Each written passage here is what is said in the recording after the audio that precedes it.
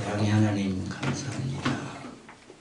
참 부족하고 연약한 저희들을 하나님의 사랑으로 불러주시고 이 시대에 주님의 몸된 공동체를 이룰 수 있는 귀한 일꾼으로 세워주심을 감사합니다. 특별히 저희들에게 귀한 사명 주셔서 이 민족의 평화 통일과 관련된 일들을 관심 갖게 하시고 또한 기도하게 하시고 또한 이렇게 아카데미에 등록해 함께 공부할 수 있는 귀한 시간 허락하여 주심 감사합니다. 오늘도 특별히 주께서 귀하게 쓰시고 참 분주한 가운데 계시지만 우리 이영재 박사님을 귀한 강사로 보내주심을 감사합니다. 오늘 또한 저희들이 평화통일과 관련된 성서적 관점을 새롭게 세우는 데에 큰 도움이 되게 해주시고 또한 강의를 맡으신 우리 박사님의 그 평소에 생각하고 또한 하나님의 받은 은혜를 오늘 잘 나눌 수 있도록 도와주옵소서.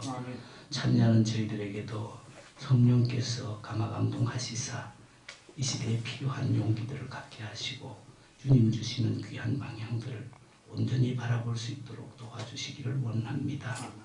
등록하였으나 여러가지 사정으로 참여치 못한 귀한 동료들 이 자리에 같은 은혜로 지켜주시며 또한 이창한 그 발걸음을 재촉하셔서 우리와 귀한 시간 함께하도록 도와주옵소서.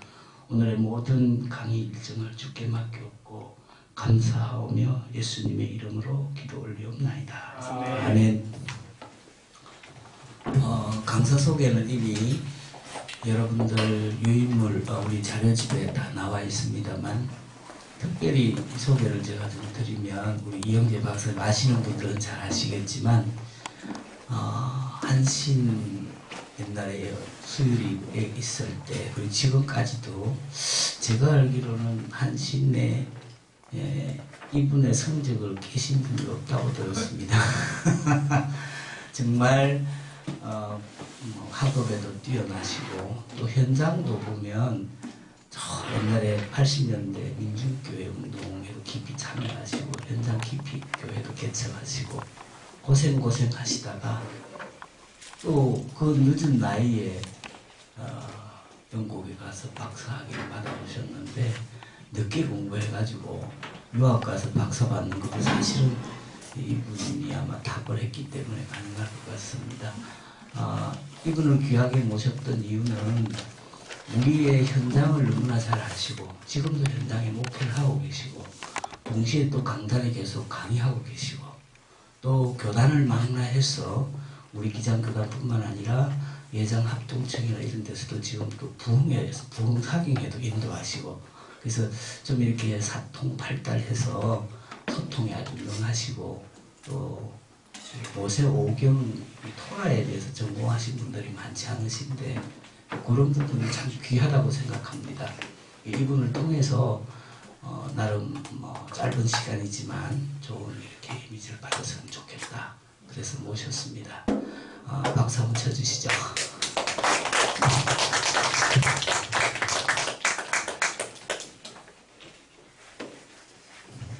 앉아서 할까요? 네.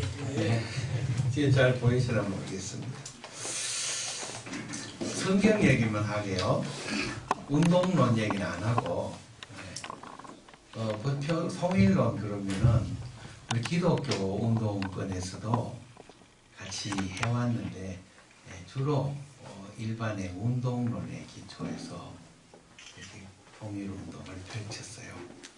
그래서 기독교 신학이 이 사회과학적인 또 우리 운동론하고 연관해서 또 민족사관, 역사관하고 연관해서 독특한 분야는 별로 개발되지 않았어요. 그건 이제 거의 일반적인 운동론에 근거해서 기독교의 세력을 어떻게 참여시키고 활성화시키고 목사님들을 어떻게 계몽하고 교회로 하여금 이 운동에 동참하게 할 것인가 이런 쪽으로 많이 운동이 진행되었어요. 그런 부분에 대해서 평소에 안타까움을 많이 느끼고 있었습니다. 그래서 성서적인 성서에서 하나님께서 말씀하시는 바가 무엇인지를 풍부하게 이야기할 수 있는데 학계에서나 또 교회에서 개진하지 않아요. 그래서 그 점도 또 안타까웠어요. 예, 그리고 성서를 인용하는 것으로 거치고 있다. 통일이라는 대명제에다가 성서를 인용하는 것으로 거치고 있다. 이런 생각이 듭니다. 그러지 말고 제가 주장하는 것은 성서에서 말씀하시는 바가 무엇인지를 다 내려놓고 그 다음에 통일에 대한 당위까지도 던져버리고 그 다음에 성서가 말하는 바, 성서가 우리에게 요구하는 명령하는 바를 귀담아 듣고 거기에서 이제 처음부터 새 출발을 방법론까지 그리고 통일의 목적에까지 모두가 새 출발을 해야 되지 않겠느냐 그런 생각을 많이 하고 있습니다. 그리고 우리 교단에서도 통일에 관한 모임에 많이 참석하는 편인데 가서 강의를 듣고 또 토론도 하고 보면은 이제 근본적인 문제에 대해서는 이슈가 제기되지도 않고 아예 너무나 당연하게 다 넘어가 버린다. 그래서 그것도 역사관 부분도 너무 당연하게 다 넘어가 버리고 있다. 그런 생각이 그래서 그런 걸 다 내려놓고 성경이 이야기하는 것을 근본적으로 한번 짚어보면 좋겠다. 이런 생각이 듭니다. 제가 나눈 자료 중에 3페이지에 국가와 문명이라는 데서부터 저는 성경의 거대 담론을 항상 시작하고 있어요. 원역사라고 부르는 창세기 서론 부분에 집중적으로 문제 제기가 되고 있어요. 성경의 제일 앞부분에. 그래서 이제 국가란 무엇인가 하는 문제죠. 국가. 그리고 이 국가라는 것이 무엇이냐? 그 다음에 하나님 나라가 뭐냐? 이렇게 나가는 거예요. 성경이. 분명하게 돼야 하나님 나라가 뭔지가 이제 나오는데 이 부분을 거의 이제 논의 안 하고 지나간다. 서구신학도 마찬가지. 그래서 거기는 제가 이제 제시한 거는 성경의 에녹성이라고 하는 게 창세기 4장 17절에 있어요. 에녹성이 국가의 맹하다죠. 도시, 최초의 도시. 도시는 성벽으로 둘러치고 그리고 사람 사이의 소통을 불가능하게 하고 대적하는 방어 기제로서의 표현이 성벽입니다. 성벽이 최초로 출현한 것은 성서 고고학에서는 에리두 도성입니다. 에리두는 우르 도성의 북동쪽으로 떨어진 곳에 있는 인류 최초의 도성이다. 이렇게 이제 공식화되어 있습니다. 근데 그것이 만들어진 연대는 아마 BC 3500년 내지 3000년 사이로 추정하고 있어요. 청동기라고 보입니다. 이때 도성이 건설되었다. 최초의 도성을 성경은 4장 17절에서 이야기하기 때문에 그것을 가인의 도성이다. 그러면 우리 옛날에 캔터베리 대주교가 인류의 창세기 역사를 5000년이다 계산을 거기서 나오는 겁니다. 그래서 제가 이야기하는 것은 가인의 도성인 에녹성에서부터 계산한 결과가 그런 것이다. 그 이전에 뭐 우리 창세기 1장에 빛이 창조되었다 뭐 이런 거 제 첫째 날, 둘째 날, 여섯째 날 사람이 창조 에덴 동산 이런 얘기는 그런 역사 부분에 이제 들어오지 않는 것이니까 포함되지 않는다. 인류의 문명사가 5500년이다. 성경에 의하면 그렇고 이것을 일반 인문학에서 똑같은 결과가 나옵니다. 인문학의 고고학이 발달할수록 어쩌면 이렇게 똑같은 결과가 나오는지 놀라울 따름입니다.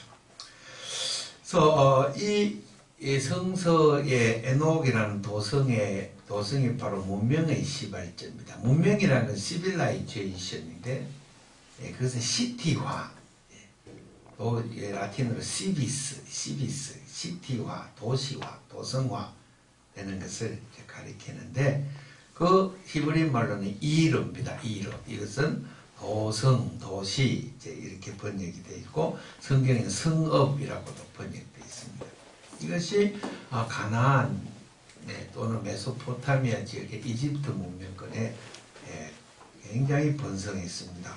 그래서 이 에리두 도상 3500년경에 세워진 도성에서 이 가인의 후예인 라멕에 이르기까지, 그리고 라멕에서 첫 번째, 두 번째, 세 번째 문명적 현상이 나타나는 것을 창세기 4장은 지시하고 있습니다. 첫째로 도시 주변에 가축화했을 때 축산업이 시작된다. 축산업의 기원에 대해서 성경은 이야기하고 있어요. 축산업이라는 건 도시 문명의 결과고 그것은 폭력의 산물이다. 이렇게 성경은 보고 있어요. 그 다음에 둘째로 각종 기회와 음악 이런 것들, 그리고 도시 문명에 생기는 것을 심포지움이라고 부르죠. 향년이라고 그러죠. 또 피스트라고 부르기도 하는데, 이 도시 문명에 생기는 음악의 발달, 또 문화의 발달, 이것을 성경은 악기의 개발에 대한 굉장히 비판적으로 보고 있어요. 또 성경의 4장에 보면은 세 번째로 결정적으로 도성 문명에 대한 비판이 있는 것은 철기의 사용, 청동기 사용을 위해서 그것을 광산체제라고 그러나요? 광산과 그다음에 그걸 철기를 이용해서 청동기를 이용해서 만드는 무기 생산 체계에 대해서, 그래서 두발 가인의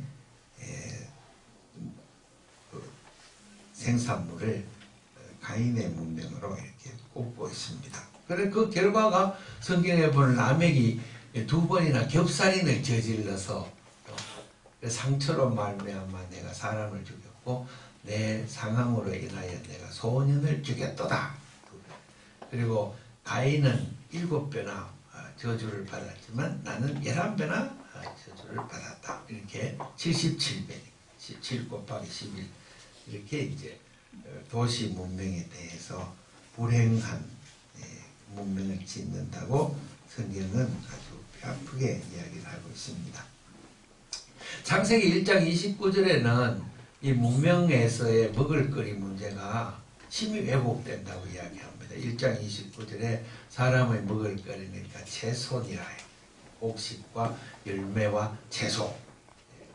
그런데 이제 이 가인의 문명에서 가인의 라멕의 첫 아들이 축산업을 시작. 축산업의 목적은 도시에 고기를 다량으로 공급하는 데 있어요. 단백질을 공급하는. 그래서 그 일을 하나님의 주신 먹거리를 문명이 자기 마음대로 육식으로 발달해가고 육식을 통해서 이제 육체의 파워, 육체의 폭력성을 강화시키는 것이 목적이에요. 그래서 성경은 그것을 비판을 하고 있습니다.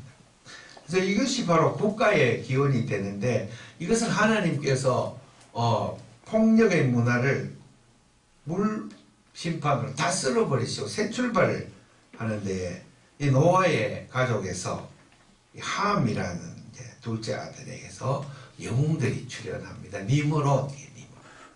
앞에 노아의 홍수의 필연성은 네필림 때문이에요. 네필림이 폭력성 때문에. 그런데 이제 노아의 아들 중에 함이 나타나가지고 함의 후예 중에서 여기에서 니므롯, 미츠라임이 애굽이거든요. 미츠라임의 후예 중에서 니므롯이 나오고, 니므롯이 거기에 도시들을 레센성, 또 갈레성 등등의 도시들, 대도시들을 건축하였다. 거기 보면 대도시라고 써놨어요. 이르, 아돌, 대도시를 건축하고, 그 다음에 그 대도시를 중심으로 도시들의 연맹체를 만들어서 그게 맘라카, 이제 국가입니다. 왕국, 맘라카. 그리고 국가라는 단어가 창세기 10장 10절에 처음 나와요. 그래서 도시들의 연합체로서의 국가의 출현.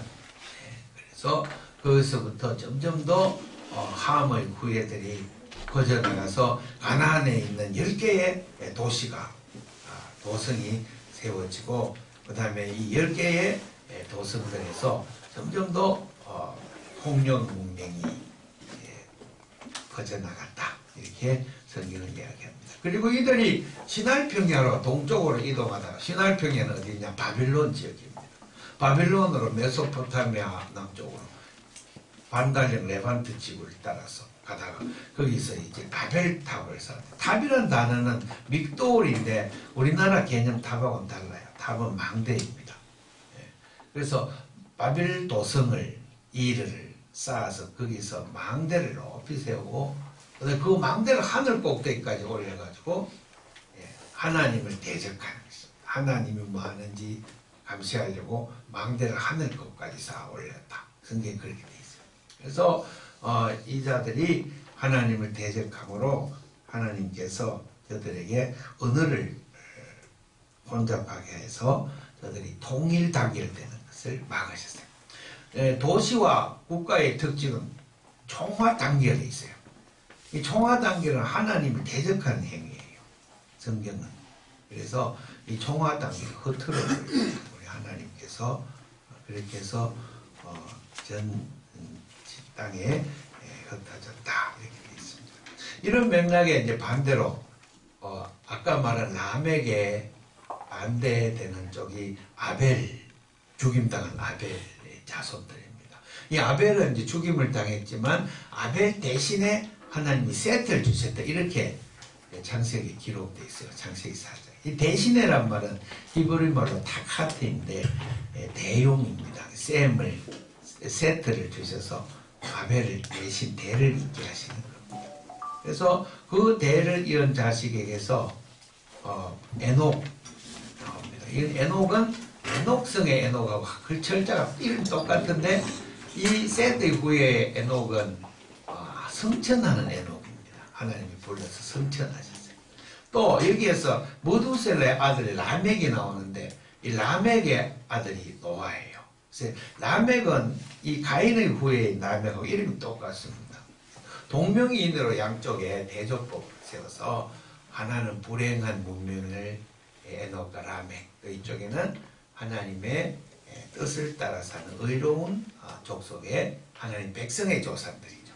그래서 에녹과 라멕, 노아 이렇게 쭉 내려갑니다. 그래서 한쪽은 국가에 속하지 아니하고 도시에 들어가 살지 않고 도시들이 막 세워지는 그 중간중간에 광야를 유랑하고 또 산천을 농촌 지역을 이렇게 돌아다니며 사는 족속입니다.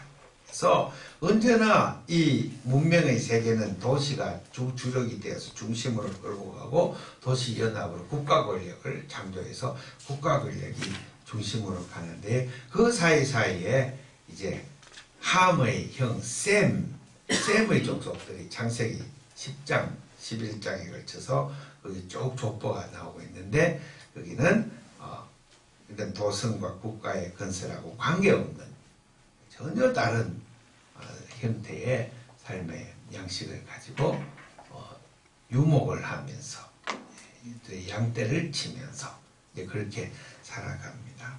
이것이 국가의 기원을 토라의 서론 부분에서 명확하게 우리에게 보여주고 있습니다. 이렇게 성경 제일 첫 부분에 국가의 기원을 이야기하는 것, 이것은 국가란 것이 인류 문명이 지어낸 것 중에 하나님을 대적하는 가장 악한 놈이다. 이걸 말하려는 거예요. 그래서 그러면 이렇게 사고한 집단이 누구냐? 이제 1975년, 80년 이후부터 오경의 컴포지션에 대한 학계의 연구가 지금까지 줄기차게 되어 왔는데 근년에 들어서 이제 거의 결론적으로 토라 성경은 왕조시대 때 나온 게 아니고 디아스포라 공동체가 저술을 하는 것이다. 이제 그 전에 있는 모든 왕국 시대의 전성들을 또 주변의 나라들의 문명들을 또 문학 예술들을 사상들을 다 흡수해가지고 그것을 전혀 다른 여호와 하나님 유일신 사상으로 모두 재해석해서 토라 성경책을 썼는데 첫째는 오경을 먼저 썼어요. 그래서 이 오경의 저술은 바빌로니아 공동체에서 저술되었다 그럽니다. 바빌로니아 디아스포라 공동체는 도시 안에 사는 공동체가 아니라 도시 바깥에 있는 노예들의 집단의 공동체입니다. 바빌로니아가 망하고 난 다음에 페르시아의 때는 자치권을 획득해서 자치적인 커뮤니티를 공동체를 이루어서 살아갔어요. 자체의 조직을 결성하고 자체의 마을의 생산 체제를 만들고 소비를 하고 또 생산을 바깥쪽에 교환하는 그런 일을 했습니다. 그래서 이 자체가 주위에 있는 바빌론 도시의 도성 체제에 대해서 경쟁적으로 대안의 체제를 제시하고 있는 그 대안의 체제 결과가 성경이라는 것을 저는 강하게 주장하고 있습니다. 그래서 성경을 통해서는 국가의 대안 체제를 연구하고 그 대안 체제를 개발하고 대안 체제로서의 생명 공동체를 만들어 나가기 위해서 토라가 기록되었다. 그리고 이 토라는 나중에 경전화되어서 회당에서 안식일마다 읽혀지면서 그 낭독되는 순간에 성전이 무너지고 없기 때문에 말씀의 예배에서 하나님의 현존이 지성소에 임하는 같이 말씀에 하나님의 현존이 임하는 그 신학이 말씀의 신학이 발전했다.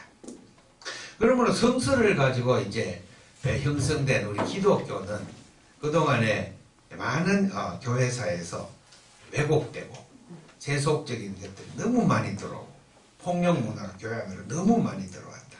그래서 그것을 전부 조합하고 또 조절한 것이 서구의 교회의 모습이고 또 서양의 신학이 그런 것이라고 생각합니다. 그래서 지금 우리 한국에서 우리 동양적인 바탕 위에서 성서신학을 새롭게 시작하고 그리고 성경이 말하는 지금 말씀하고 있는 본문을 역사의 연구와 깔고 그리고 본문 자체를 가지고 보다 현대 문명에 대한 하나의 문명 비평으로서 보다 큰 관점에서 읽어나가야 우리 통일 문제 또 국가 문제, 경제 문제 등등을 다 짚어낼 수가 있겠다. 이런 생각을 하게 되었습니다. 그래서 이 국가가 지어내는 문명 중에 가장 악한 것이 폭력이라고 이야기합니다. 선악과를 먹고 죄를 지은 다음에 첫째 죽음이 들어오고 둘째로 폭력이 들어왔어요. 그래서 가인은 아벨을 죽이고 그래서 죽이게 된 배경에는 에고 때문인데 에고.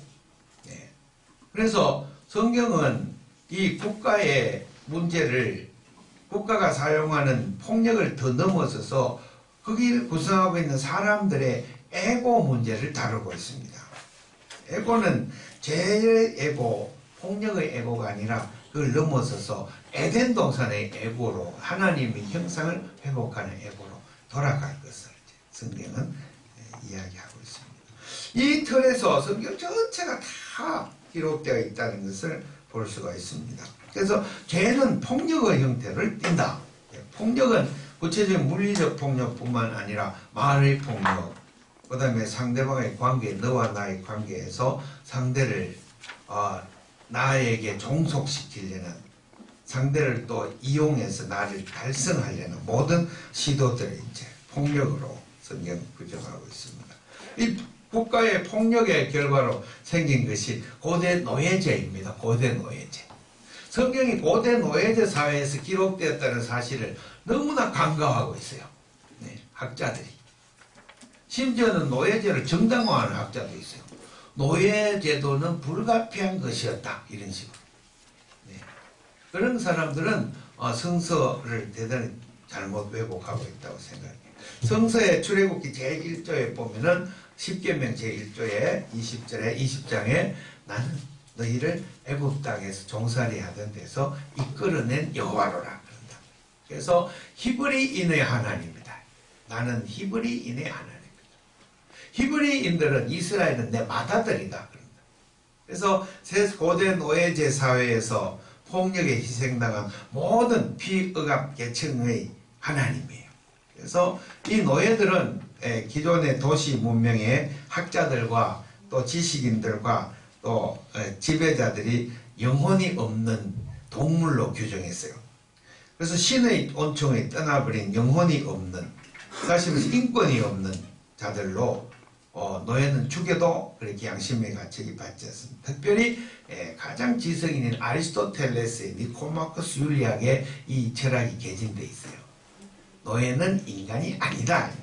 그런데 성경은 노예는 인간이다. 하나님이 제일 사랑하는 인간이다. 그리고 도시들마다 신전이 있고 신전에 만신전을 세우고 도성들의 연합체계로서의 다신교를 운영하면서 거기 최고신을 모시는데 그 최고신이 제국의 신이에요. 바빌론 페르시아 제국은 그 최고신을 마르두고로 생기고 그 다음에 에윌모로닥은 신이란 달신으로 말뚝을 대체해서 바꿔요. 왕조가 바뀌면 최고신도 바뀝니다. 그리고 공신들의 지위가 바뀌면 거기 있는 신들이 다 바뀌어요. 위치가. 그래서 도시들마다 우상이 있다. 예레미야서에서 이것을 한탄하고 있죠. 그래서 이것이 유대 국가에도 그랬다는 것이요. 왕국 시대 때, 또 북왕국 시대, 남왕국 시대 모든 도시들마다 우상이 있도다. 저마다 자기 신을 가지고 그것을 엠블렘 상징물로 성벽에 걸고 그다음 도시민들이 그 우상을 중심으로 총화 단계를 깨가지고 왕국을 이제 강하게 이끌고 나가고 있던 고대의 사회입니다. 그들에게서 있어서 이 노예들은 전쟁을 통해서 취득하는 노동력이고 모든 생산활동에 노예들이 들어가고 그리고 이 유황계급들은 지배자들로서 일하지 않는 것이 하나 인생의 큰 신의 은총으로 이렇게 되어 있습니다. 그래서 이러한 고대의 사상을 헬레니즘이라고 부르고 저는 거기에 대한 대안의 사상책을 헤브라이즘이라고 부르는데 성경은 바로 헤브라이즘의 정수라고 저는 정의를 하고 있습니다. 그래서 오늘 기독교는 이 헤브라이즘의 정수로서 소위 말해서 도시에 반대되는 삶의 양태를 우리에게 제시하고 그 다음에 도시는 반드시 필멸한다 하는 것을 우리에게 이야기해 주고 도시에 기초된 이 문명에 기초한 모든 국가는 반드시 망한다, 심판한다. 하나님께서 이것을 이제 우리에게 제시해 주고 있습니다. 그런데 이 도시라고 하는 것은 폴리스입니다. 그리스말로 폴리스. 근데 이 폴리스는 많은 단어를 파생시키는데 특별히 정치라고 폴리틱스, 정치. 정치라는 말 서양에서는 우리 동양에서 말이 뭐 바를 정자 옆에 이렇게 아주 어진 정치를 유교에 그 이념이 들어가 있습니다만은 서양의 폴리틱스는 도시를 어떻게 번영시키느냐 하는 이론이에요. 그래서 좀 더 개연이 넓어지면은 제국이나 국가를 어떻게 번영시키느냐 하는 것이 폴리틱스의 기본이죠. 정치에 있어서 기독교 성경은 그런 도성 번영에 대한 정치에 가담하지 않습니다. 그래서 소위 말해서 부국강병, 경제변형 이런 것은 성경이 아주 굉장히 반대하는 논리입니다. 특별히 예를 들자면 아합의 북왕국의 오므리 왕조의 경제발전에 대해서 엘리야는 그야말로 우상숭배의 결과라고 그리고 굉장히 저들이 지탄하고 또 대결하는 모습을 볼 수가 있습니다. 근데 오늘날 교회가 이러한 폴리틱스, 정치에 대해서 보수든 진보든 어떤 형태로든지 그것을 동반자 내지는 주인으로 삼고 가장 비판을 해야 될 것을 함께 가는 국가의 운영의 동반자로 교회가 자처하고 나가고 있다. 그래서 성서적이 아니다. 그것을 분명하게 얘기할 수가 있겠습니다. 교회는 이런 국가들의 권력체제를 무너뜨리는 단체입니다. 공동체입니다. 그럼 무너뜨리는 건 폭력으로 무너뜨리는 것이 아니라 말씀으로 무너뜨려 나가고 계속 말씀을 전파해서 공동체들을 세워서 국가에 대한 대한사회를 세워나가면서 그리고 그것을 참된 사랑의 공동체로 제시하면서 실현해 나가는 것이 바로 교회 공동체다. 그래서 이런 대환사회를 위한 통일운동으로 나가야 성서적인 정당성을 확보할 수 있다. 그래서 이제 국가를 넘어가야 된다. 저는 그렇게 보고 있습니다. 우리 요한복음에 보면 요한신학의 코스모스라는 단어에 주목해야 되는데, 이 코스모스는 호코스모스는 세상이라고 일관되게 번역하고 있어요. 그래서 이 세상 코스모스는 도시에서 발달한 가치관과 문명, 질서, 조화 이런 걸 얘기합니다. 특별히 제식훈련할 때 일관되게 좌향좌 우향우 뒤로 돌아서 찔러 등등의 군사훈련에 있어서 질서 정연한 것을 코스모스라고 부릅니다. 그리고 좌측 통행을 잘 지켜나가는 거라든지 또 아무데나 방뇨를 하지 않는다. 이런 그 질서를 잘 지키는 것이 코스모스이고, 이런 코스모스를 잘 지키는 자가 가장 진보적인 인간이고 가장 발전한 진화한 인간으로 예찬을 하고 있는 것이 도시 헬레니즘의 사상입니다. 요한신학은 이것을 질타를 가하고 있어요. 하나님의 아들이 코스모스 안으로, 세상 안으로 왔는데 세상이 하나님의 아들을 알아보지 못하고 저를 배척하고 심지어 죽였다.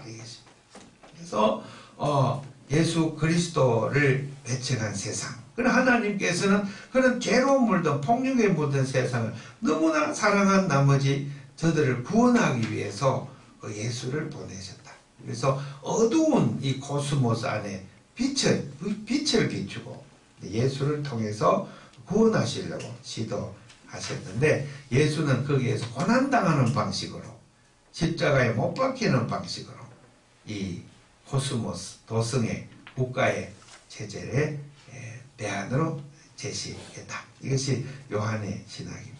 나중에 요한계시록 제일 끝에 가면은 이 세상 도성이 다 멸망하고 난 다음에, 국가가 완전히 망하고 난 다음에 하나님께서 하늘에서 새 하늘 새 땅을 위해서 새로운 도성 예루살렘을 하늘에서 직접 제작해가지고, 그것은 이제 가인이 지은 것이 아니라 하늘에서 하나님이 도성을 제작해서 줄을 매달아 갖고 땅에다가 내려주시는데, 새 예루살렘입니다.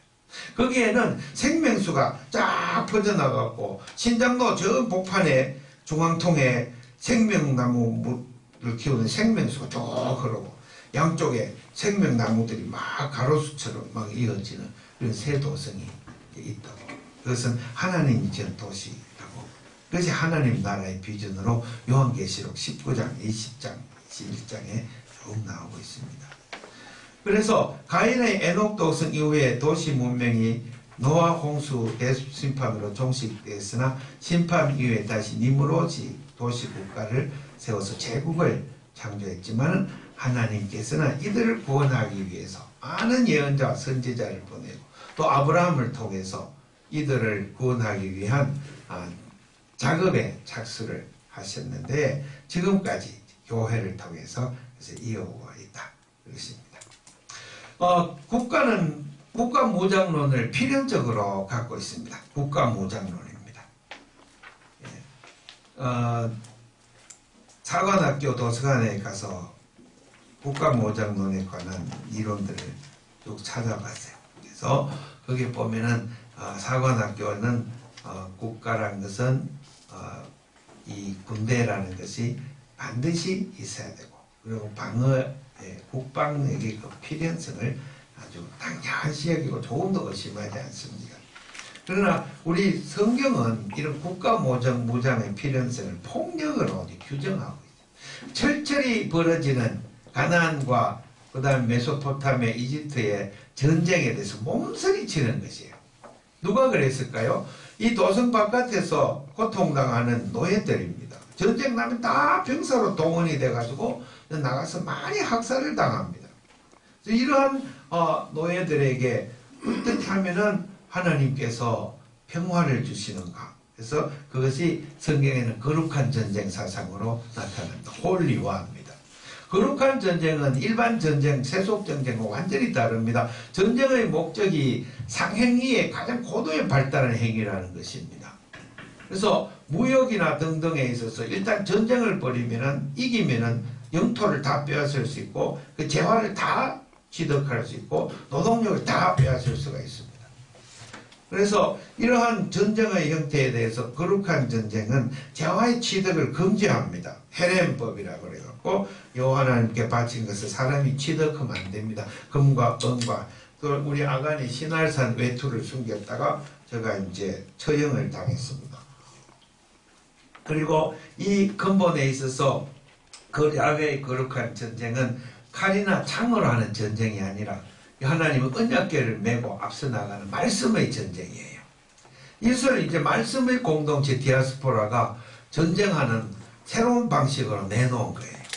그래서 이 세상의 험악한 이 경쟁주의와 투쟁의 현장에서 우리 공동체가 나갈 때는 말씀을 하는 무서운 힘을 가지고 나가서 폭력을 무너뜨리고 그리고 인간을 개조하고 그렇게 해서 승리해 나가는 것을 확실하게 보여주고 그리고 여호수아를 통해서 가나안의 여리고 땅은 7번 돌면서 소리를 질러서 그 성을 무너뜨리는 전쟁이에요.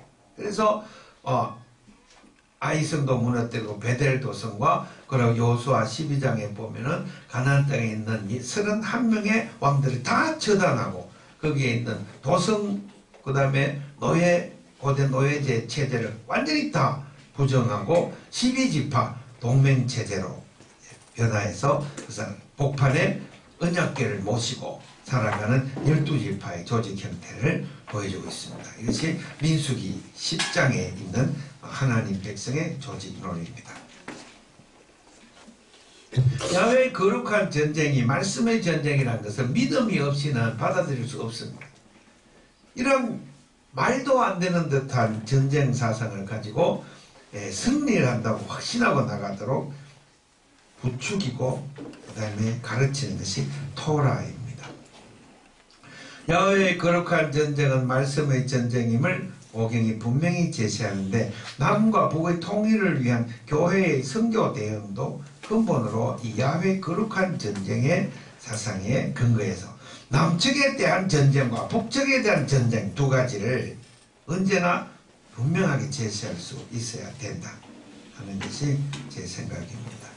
그리고 어떠한 통일을 위한 합리적인 인문학적인 정치적 프로그램에도 교회는 동의할 수가 없어요. 왜냐? 교회는 국가의 번영을 위해서 봉사하는 단체가 아닙니다. 국가의 국방력을 강화하고 경제를 강화해서 번영하는 민족을 만든다. 이것은 교회가 아무런 비전도 가질 수 없는 성경에서 거기에 침묵할 뿐만 아니라 오히려 비판하고 있다 하는 것을 저는 제시합니다. 그리고 이 계약법에서도 이 폭력을 극복하는 즉 소위 말해서 동태복수법 눈에는 눈, 이에는 이로 정의를 세우는 이것을 우리 계약법에서는 부정하고 있습니다. 그래서 손해배상법, 상해배상법으로 화해로 나아가는 길을 계약법은 제시하고 있어요. 그래서 목적은 샬람임을 이루는 데 있습니다.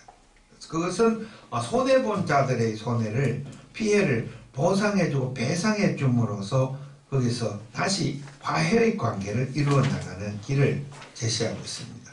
그래서 애초에 이웃과의 관계에서나 또 국가와 국가의 관계에서나 모든 인간의 단체의 관계에서 깨어진 관계가 하나님 나라 안에서 올바르게 회복되는 길을 제시하는 이것을 성경에는 아샴이라는 것으로 번역이 속건제라고 되어 있습니다. 아샴법으로서 제시하고 있습니다. 교회가 올바로 서기 위해서 남측에 만연한 자본주의 죄악 또 금권 물질 만능주의 우상을 회파하고 오로지 한 번 야훼를 섬기는 참된 신앙으로 회복해 나가고 공동체를 회복해 나가는 순결한 신앙을 앞으로 미래를 열 수가 있다. 그런 것이 제 생각입니다.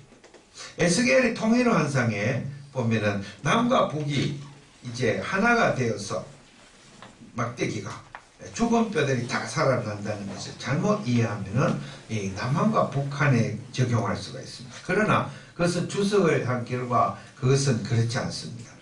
북한국이 망하고 남한국이 망해야 완전히 뼈다귀만 있는 에스겔 골짜기 다 망해야 됩니다. 망하고 난 다음에 거기에 새로운 성령에 의한 새로운 공동체, 영성 공동체가 다시 일어납니다. 그것은 말씀으로 세워지는 공동체입니다. 결론으로 말씀드리겠습니다. 토라는 국가의 해체를 권고하고 있습니다. 여호수아는 가나안 왕들을 모조리 제거했습니다. 가나안 땅을 즐비하게 세운 도시 국가들이 다 무너지고 그곳에 12지파 공동체가 결성되었습니다. 여호와 하나님은 유일하신 하나님이므로 어떤 만신전에도 부속하지 않습니다. 만신전을 다 철폐합니다. 그건 도성체제의 철폐, 그리고 사회를 이루고 있는 기성의 노예제를 철폐하는 것입니다.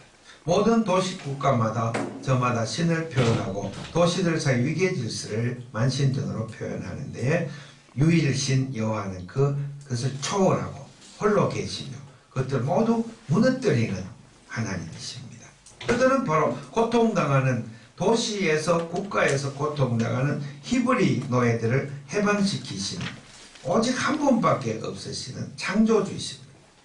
야훼의 신앙공동체 교회는 도시나 국가의 체제를 갖추거나 또 그 체제에 예속하거나 그들에게 동반자가 되어가는 일을 근본으로 반성해야 됩니다.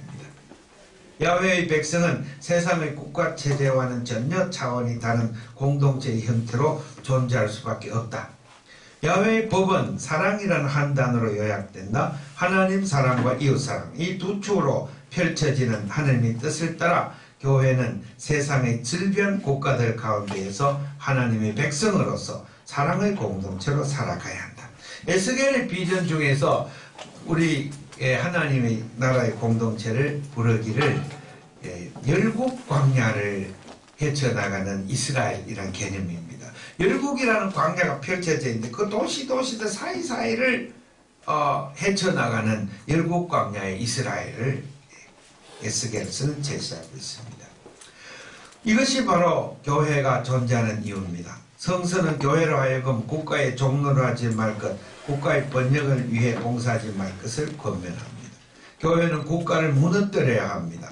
부르조아 독재의 체제나 프롤라타리아 독재 체제 모두 폐지해야 됩니다. 국가란 체제 자체가 폭력으로 성립한 체제이며 폭력이 없이는 국가가 무너질 것입니다. 교회는 폭력이 없이 평화롭게 살아가는 사회를 이루기 위해서 노력해야 합니다.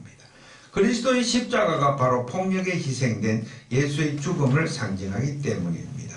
그리스도의 부활은 폭력에 희생당한 그리스도가 결국 승리하고 만드는 진리를 입증한 사건입니다. 그래서 요한복음 제일 뒤쪽에 가면은 빌라도의 대화에서 신문에서 예수께서 말씀하시기를 내 나라는 이 땅에 속하지 않는다. 내 나라는 위에서 하나님이 보내주신 것이다. 이렇게 이야기합니다. 교회는 유일신 신앙을 굳게 견지한다. 물질주의, 우상숭배의 다실론으로 나타난 이념 위에 현실 국가들이 세워져 있다. 교회는 국가의 폭력적 위계 질서를 말씀 선포와 기도로 무너뜨려야 한다. 교회는 한 하나님 아래 온 인류가 한 가족으로서 평등하게 창조되었다는 진리를 선포해야 된다. 이것이 참다운 통일운동의 방법론이다. 교회의 선교는 서로 사랑하기 위하여 수많은 작은 사랑의 공동체들을 국가의 대안체제로 세워나가야 한다. 그래야 비로소 미래의 전망이 보인다. 세계의 미래는 오로지 사랑의 공동체 설정 여부에 달려있음을 교회는 날마다 분명하게 선포해야 한다. 통일운동의 처음과 끝도 공동체 운동에 달려있다. 이상 마치겠습니다. 감사합니다.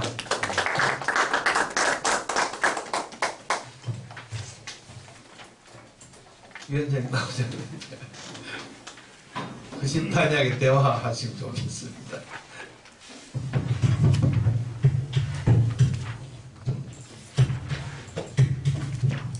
상당히 그 주제가 쉬운 주제가 아닌데 토론이 좀 풍부했으면 좋겠다. 그렇게 강사님의 뜻이었습니다. 그래서 이후에 시간이 좀 빨리 끝나서 당혹스러우실지 모르겠는데 어찌 보면 의도적인 빨리 끝냄이라고 할 수 있겠어요. 그러니까 좀 이 자리에는 자리 배치가 좀 이렇게 되어 있긴 한데 기탄 없이 지금 좀 이렇게 말씀들을 좀 전개해 주셨으면 좋겠습니다.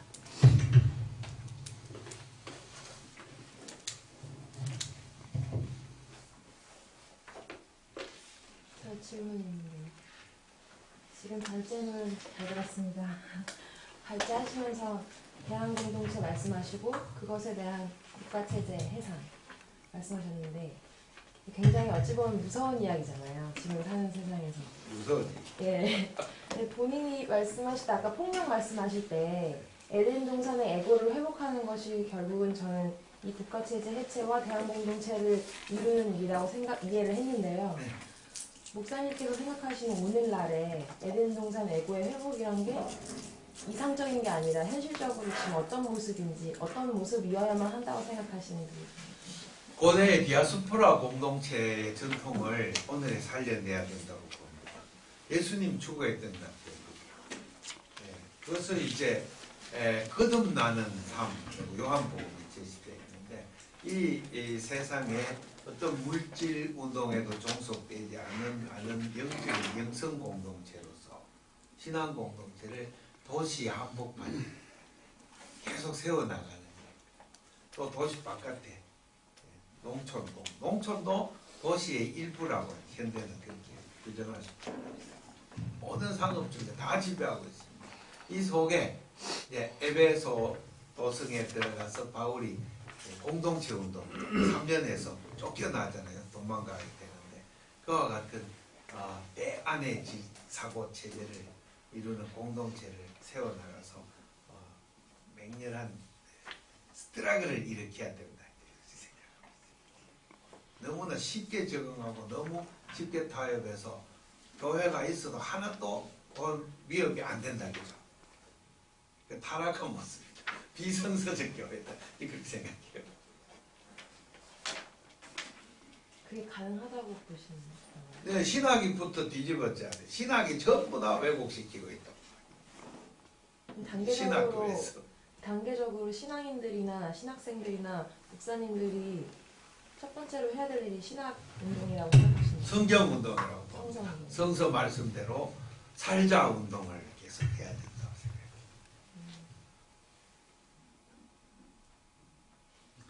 생각해요. 조금 이제 약간 뭐라고 할까, 제가 보면 저도 우리 이영대 박사님 강의를 많이 들으면서 빠져드는 것이 뭐냐면 너무나 당연하고 너무나 근본적인 부분에 동의하면서도 동시에 워낙 중첩적인 우리 현실 문제 속에서 이 부분을 정말 하나의 방법으로 대응이 가능한가 하는 문제.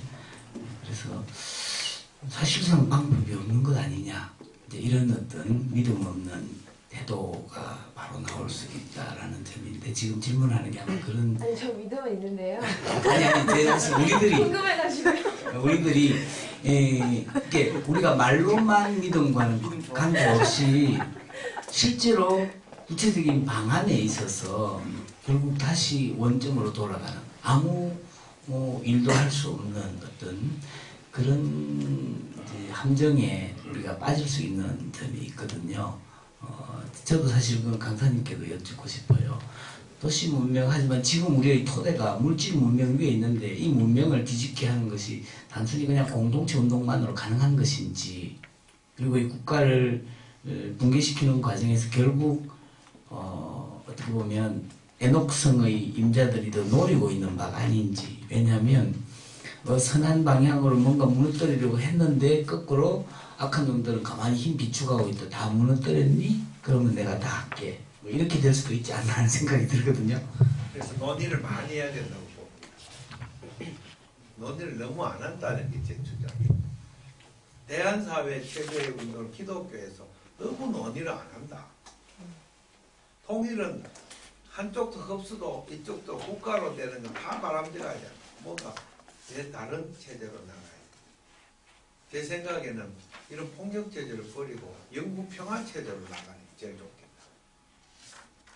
군축 정도가 아니라 다 무기를 다 철폐하고 세계 영구 평화지구로 선포해서 교회는 거기에 올인하면 좋겠다. 남과 북에 대해서. 박사님, 제가 좀 궁금한 게 있어서, 우선 첫째로 이거 통일과 성서 문제를 이렇게 준비해 주신 건 참 이게 귀한 아이디어라고 생각이 들고요. 여기 아까 이제 말씀은 안 하셨는데 서론 부분에 유인물에 보면은 통일 그런 거 하기 전에 먼저 교회가 연합이든지 통일이든지 그걸 먼저 정리를 해야 된다고 그 전제를 말씀을 하셨는데 그것을 구체적으로 지금 우리가 한국 교회 모양을 볼 때 그걸 어떻게 시작을 해야겠어요? 민족사관에 대해서 또 한번 성서적으로 짚어야 된다고 봐요. 또 제가 전에 통일론이라는 데 갔다가 말씀드리고 싶었지만 아무 말도 안 하고 온 부분이 민족 정통성 부분을 목사님이 발제하면서 정통성은 북한에 가 있고 남한은 이제 미제국주의 하수인 교회 그걸 했고 근데 이런 것 세계관들은 교회를 하나되게 할 수 있는 세계관이 아니에요. 그래서 교회는 하나가 되지 않은 상태에서 통일운동에 계속 참여를 하고 있어요. 이론적인 부분이 해결이 안 되고 그래서 보통 일반 우리 운동권에서 민족적인 시각, 민족주의 시각에서 하는 그런 것들 교회에서 그대로 여과 없이 받아들이면 그 성서가 아닌데 그 부분은 다시 역사관부터 성서학적으로 다시 조정을 해야 되는 거예요. 보다도 보편적인 부분에서 그래서 그것을 제가 문명 사관으로 제시합니다. 보다 통일을 중심으로 보자 그런 게 있잖아요. 그래서 하나 돼야만이 된다. 통일의 과정에서 교회도 하나 되는 길을 계속 모색해 나가야 돼요. 그래서 해야 신앙이 되고 바람직한 일인데 네.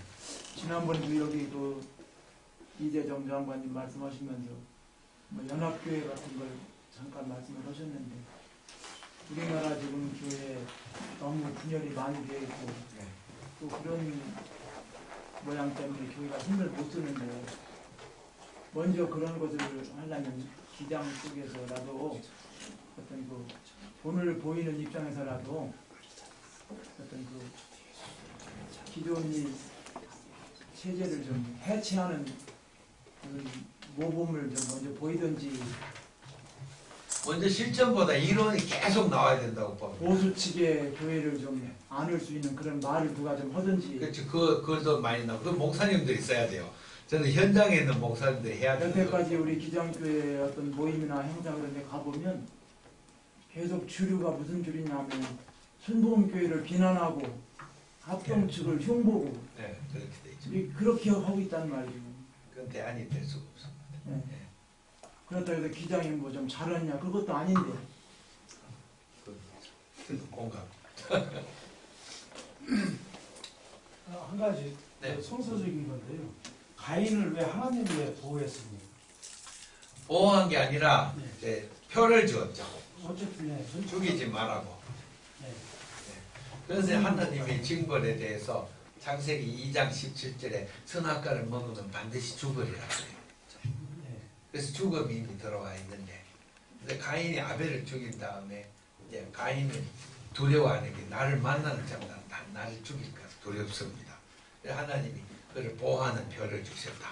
여러 가지 주석적 이론 첫째로 하나님이 다시금 새롭게 될 수 있는 기회를 주셨다. 이렇게도 보시고 또 내가 보는 관점에서는 이미 형벌을 받았다. 그래서 그로 하여금 이 하나님의 옷, 기적, 보호하는 표가 무엇인지를 깨닫게 해서 하나님 다시 소통하려는 그런 목적으로 그러신 것 같다. 그 생각이 들어요. 근데 그거를 말 듣자마자 그 다음 성경에 보면 가인은 여호와 앞을 떠나서 노땅으로 갔더니 돼 있어요. 하나님이 소통하려는 노력과 가인은 불통하려는 쪽으로 나가는 거죠.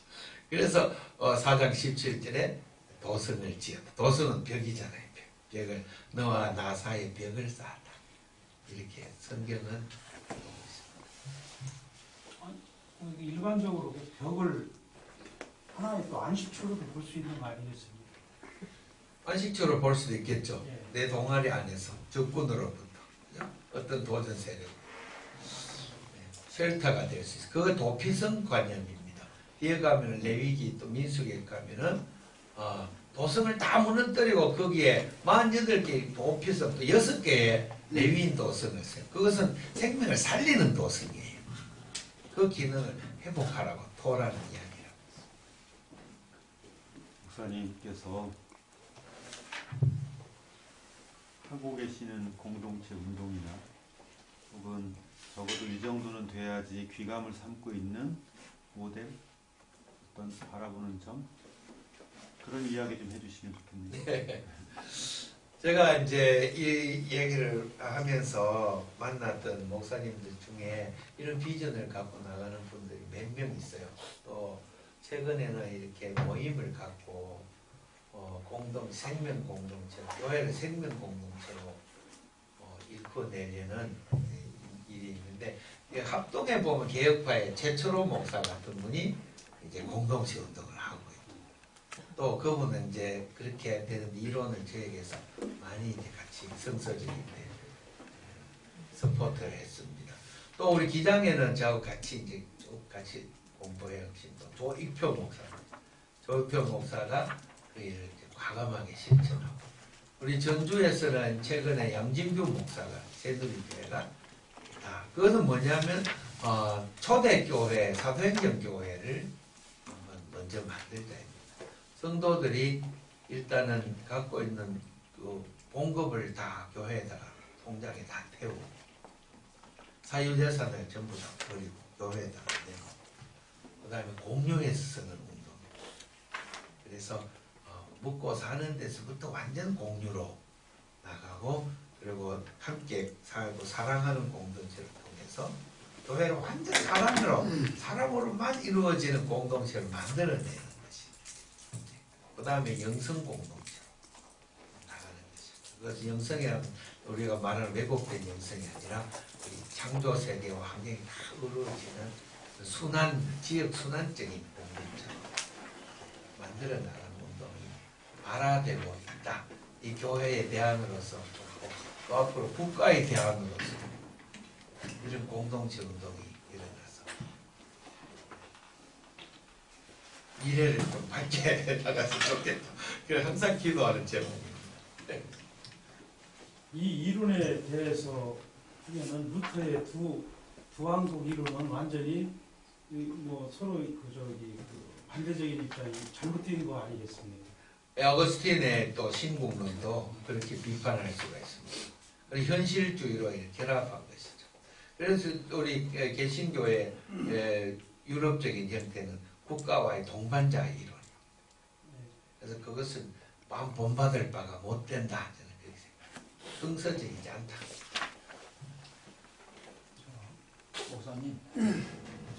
목사님께서 이제 구약을 또 좀 새로운 방법으로 이제 연구를 하시고 하니까 네. 좀 여쭤보려고 그러는 것인데, 창세기에 우리가 서두에 보다 보면 아까 여기 예수부터 인형, 에집트 문명 네.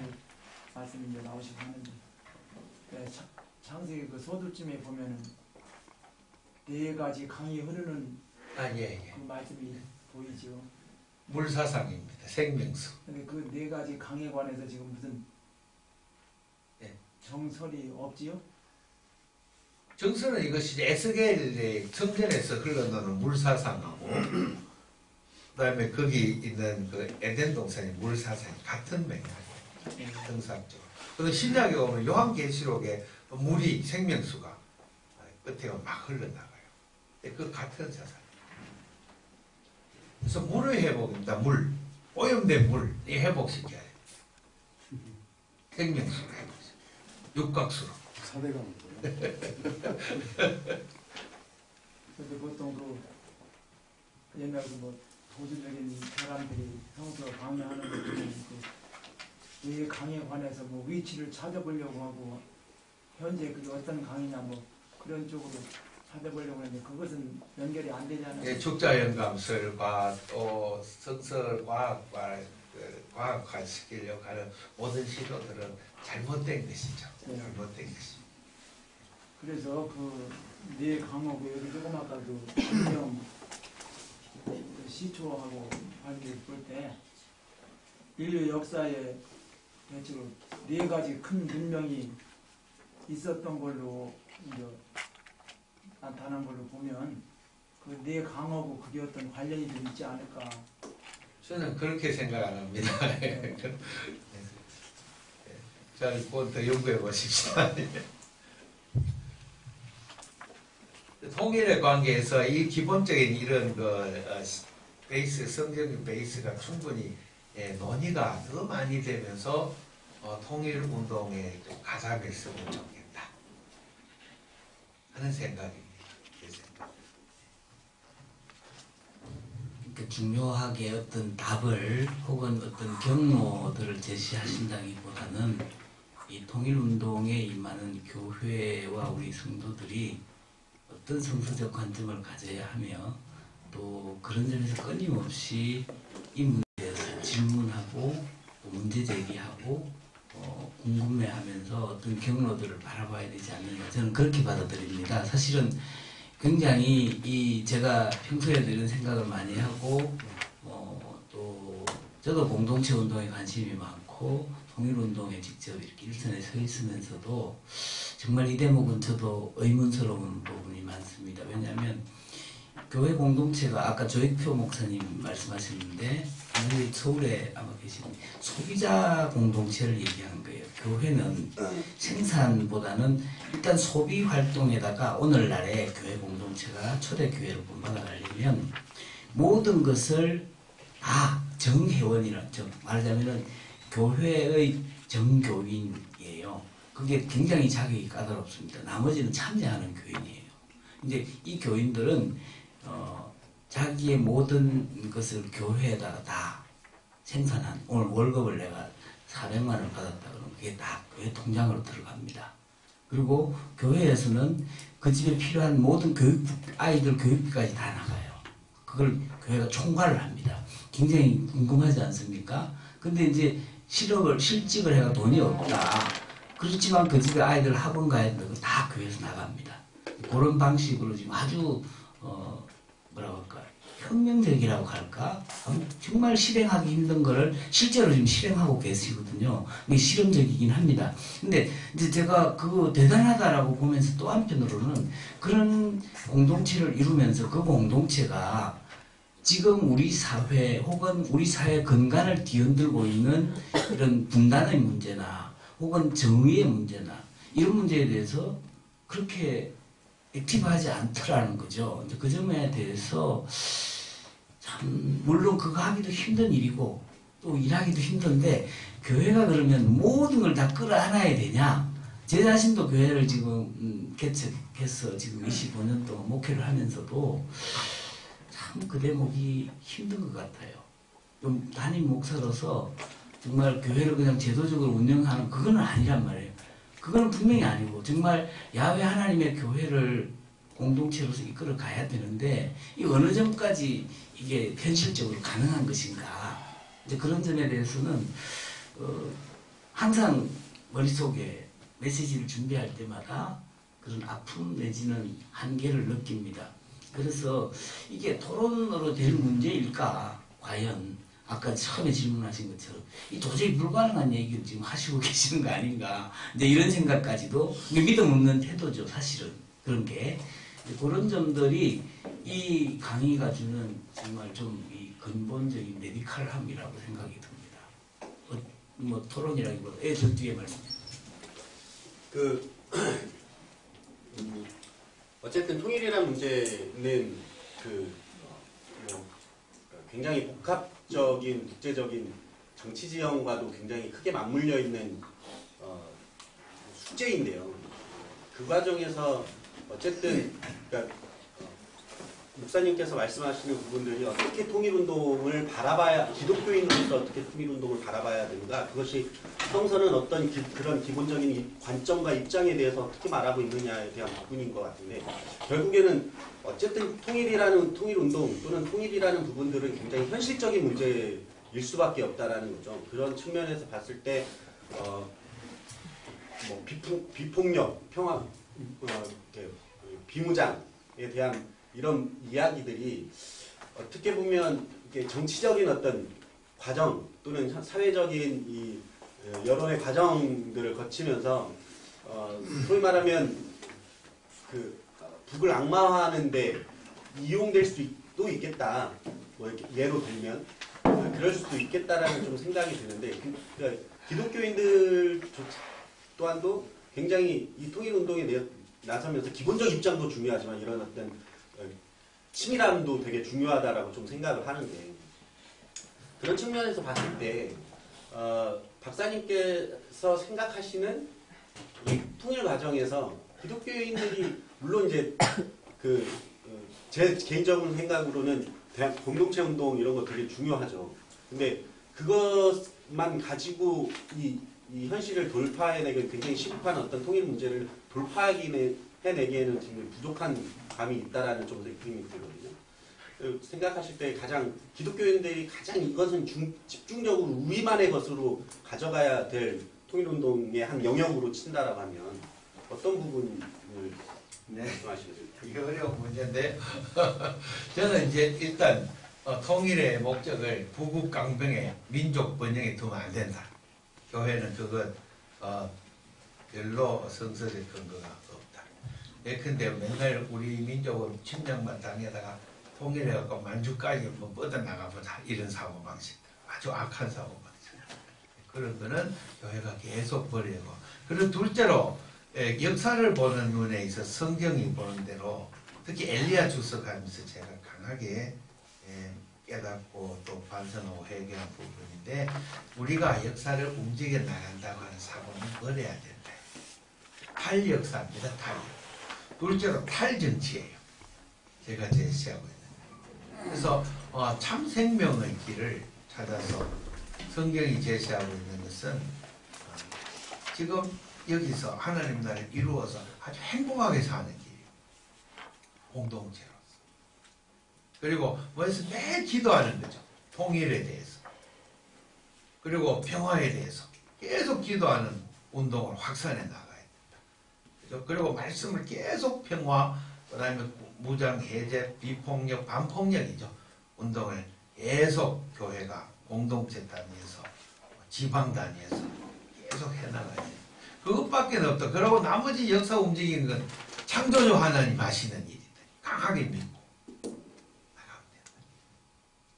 그래서 국제정치고 뭐 복잡한 거 우리는 모르니까. 실제로 우리가 손댈 수 있는 건 또 없어요. 다 깨놓고 말해서. 그래서 그런 것들은 또 프로그램도 정치화된 프로그램에 따라가면 북쪽 아니면 남쪽 두 개밖에 선택할 수가 없어요. 우리는 어느 쪽도 선택할 수가 없어요. 올바른 게 아니기 때문에. 그래서 거기에 대해서 탈해야 된다고. 그리고 성서적으로 돌아가서 우리는 그냥 순전한 마음으로 계속 말씀대로 우리가 행복하고 복되게 아름다운 관계를 회복해 나가고 공동체를 회복해 나가고 그 다음에 계속 기도해 나가고 또 우리 목사님처럼 북한에도 지원할 수 있는 대로 돕고 지원하고 사랑하죠 외쳐나 순진하게 나가면 된다. 하나님 통일시켜 줄 거다 생각해요. 근데 이제 그럴수록 아직 말씀하실래요? 아니 이제 제가 말씀하시죠. 저는 그 목회자도 아니고 그냥 평신도 집사입니다. 근데 이 통일 아카데미에 등록해가지고 이렇게 오면서 제가 궁금한 이 오늘 강좌만이 아니라 그냥 이 아카데미 자체에 지금 궁금한 점이 있었어요. 기독교 장로회가 지금 이거 통일을 갖다가 공동체 운동 차원에서 하는 것이 아니다. 결국 이 에큐메니칼적인 그런 운동 차원에서 하는 것도 아니고 왜 제가 또 저녁에 월요일마다 하는 평화통일 기도회 촛불 기도하는 것도 그런 차원이 아닌가. 70년대에 제가 대학 다니던 시절에 인권 기도회 기독교 회관에서 매번 참석을 하면서 그런 느꼈는데 그 당시에는 NCC 차원에서 했는데 이 통일 문제가 갖고 기독교 장로에만 관심 있는 상황이냐? 그거 아닐 거야. 근데 목회자들이 왜 기독교 장로회가 안 하게 무슨 자랑거리로 하는 것도 아닐 테고 기장이 무슨 잘났다고 하는 모습으로 하는 것도 아닐 텐데 이거에 타교단하고 좀 해가지고 같이 교단 차원에서 서로 토론도 하고 이런 훌륭한 강사님들 모셔가지고 자료들 만들어가지고 하는데 이 수율이 여기까지 뭐 기장분들이야 뭐 다 잘 알고 찾아오겠지만 그 같은 타교단 뭐 NCG 교단 같이 이렇게 이걸 공동 주최한다면 이 강사님도 준비한 걸 더 많은 사람들이 누릴 수도 있고 할 텐데 또 이 더 좋은 목회 다른 강사들도 모셔가지고 또 할 수도 있고 같이 이렇게 통일을 같이 토론돼 가면서 같이 그야말로 이게 같이 해야만 공동체적인 운동도 될 거 아닌가 그런 그렇죠. 생각을 합니다. 예. 기도회도 그렇고 이 아카데미도 그렇고. 제가 대답을 드려야 되겠네요. 정말 말씀이 맞습니다. 처음에 이 부분도 우리가 제안하는 게 아니라 정말 같이 하자. 근데 지금 그게 같이 할 분위기 만드는 사이에 그냥 다들 자기 임기 다 끝나버려서 논의가 자체가 참 어렵고요. 그래서 일단 시작을 하자. 시작을 하고 문호를 개방해가는 쪽으로 가자. 그렇게 가닥을 잡았어요. 근데 이제 왜 이 좋은 것을 녹음만 하냐 이제 이런 걸로 들리기도 한데요. 사실은 평화통일 통일에 관련되는 이 주제가 모두에게 다 해당되고 교회가 아주 관심이 많습니다. 근데 거기에 따른 이른바 이념적 스펙트럼이 너무 다양해서 평화통일 이렇게 얘기하면 벌써 입에 거품 푸시는 분들이 참 많습니다. 그래서 종전하고 좀 옛날 20, 30년 전과는 달리 오히려 이런 문제가 갖는 그 의도와 그것과 관계없이 교단적 차이들을 참 뛰어넘기 힘들고요. 그 다음에 우리가 별중나게 잘하자는 건 아니에요. 다만 정말 이걸 통해서 무슨 이벤트를 하자고 하는 것도 아니에요. 정말 진심으로 기도하자. 소박하게. 그 다음에 우리만이라도 이 공부를 하면서 목회자들이나 뭐 이런 몇 사람들의 것이 아니라 교단 전체를 좀 확산시켜 나가자. 이제 그런 것이었고 통일운동은 결국 이런 어떤 교육이 받침이 돼야 되고 우리가 알아야겠고 전문가 따로 있지 않고 모든 사람들에게 이것이 좀 이렇게 일반화시키고 상식화시켜 나가자. 이제 그런 차원에서 아카데미를 조직을 했고요. 이 안이 정말 누가 책임있게 처음부터 끝까지 끌고 나갈 것인가 하는 부분에 NCC에서 해주면 좋은데 지금 NCC가 옛날과는 달리 이렇게 좀 모든 교단별로 그 이해관계 때문에 실무자들 사이에서도 이해관계에 이렇게 딱 합의되는 부분 외에는 일을 못합니다. 그런 점에서 우리 교단도 사실은 마찬가지죠. 각 노회나 어떤 집단에 따라서 이거 강하게 추진하기가 쉽지 않습니다. 다행히 작년에 우리가 이 안을 미리 깨놓지 않고 1년 이상 숙성을 내부에서 시키고 정교하게 한 다음에 98회 총회에서 총대들이 다 이렇게 오케이를 해줬어요. 굉장히 의미 있다고 봅니다. 이게 지금 이 소규모로 작은 모습이지만 사실은 교단이 결의한 내용이거든요. 이런 점이 좀 양해를 해주셔야 되고 실질적인 일을 추진하려고 하다 보니까 이런 방식이나마 가능하게 되었다. 그거 좀 이해해 주시면 좋겠다 싶습니다. 예, 제가 먼저 가고 계속